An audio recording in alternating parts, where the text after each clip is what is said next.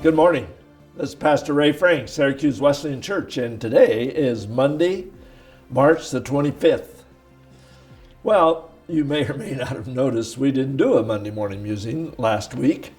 I actually had intended to. I had this wild idea that even though Lorna and I were on the road and away from home, I could record a little Monday morning musing on my iPhone in the hotel room and send it out, but it didn't work. It was okay to record it and it looked all right, but I couldn't figure out how to get it published in YouTube or Facebook, so I'm redoing it here. Lorna and I were gone. We were in Phoenix, Arizona, where we had the wonderful privilege of seeing many family and friends at two memorial services. One in the morning, Saturday morning, for my Aunt Maxine Frank, and then that Saturday afternoon in a park with the Crow family doing a memorial service for their dad, Don and Dolores, longtime parishioners of mine when I pastored in Phoenix. It was a great weekend. We enjoyed it incredibly much. One of the things I enjoy was Pastor Brad Estep preached the sermon at my Aunt Maxine's funeral.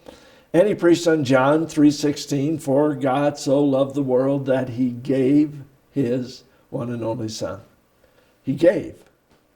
And Pastor Brad went on and talked about these gifts that God gives us. Not just that God gave us his son, but through his son, he gives us the gift of eternal life, the gift of peace, the gift of his presence in spite of turmoil or heartache.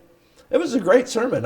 It's one of those times, which I often do, but I remember thinking there, listening to Pastor Brad and thinking, wow, when I grow up, I want to be able to preach just like Pastor Brad.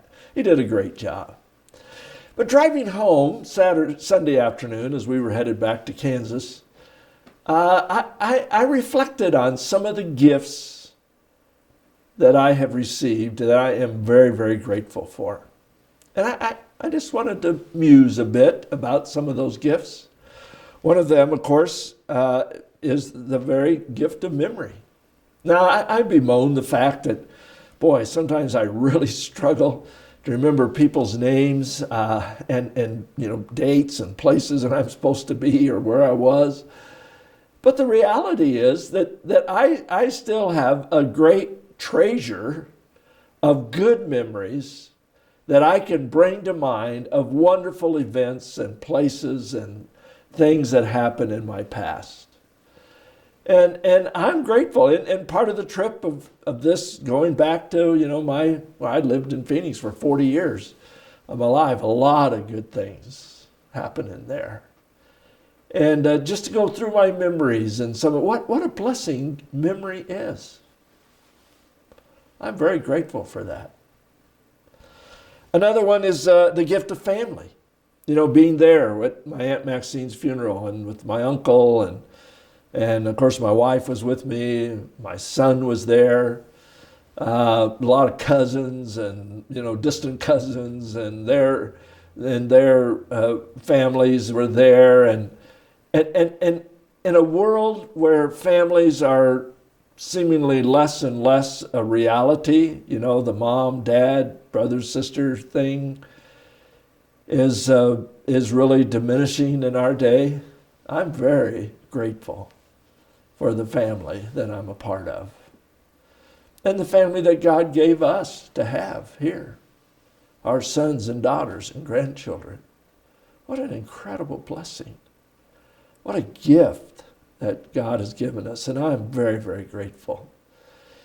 And there's the gift of good friends. I saw people that I haven't seen for years, some maybe 30 years, I don't know, it's been a long time, some of those folks that I hadn't seen, and we're good friends. And even, just meeting there sort of on a warm Saturday afternoon in Phoenix, Arizona, the friendship was still real. I mean, people like Pam and Dave Burkett and Bob and Sue Thomas and the Crow family, all the kids were there and a lot of their kids and grandkids and so forth. And I'd known those folks for years and years. And what a joy And then, of course, the people at the church that I've been friends with. I saw Paul and Chris Thomason, many, many folks there that I've were friends with and am friends with. And I was reminded what a gift good friends are. You know, my life would be much poorer, much less blessed than it is if I hadn't been given the gift of good friends over the years.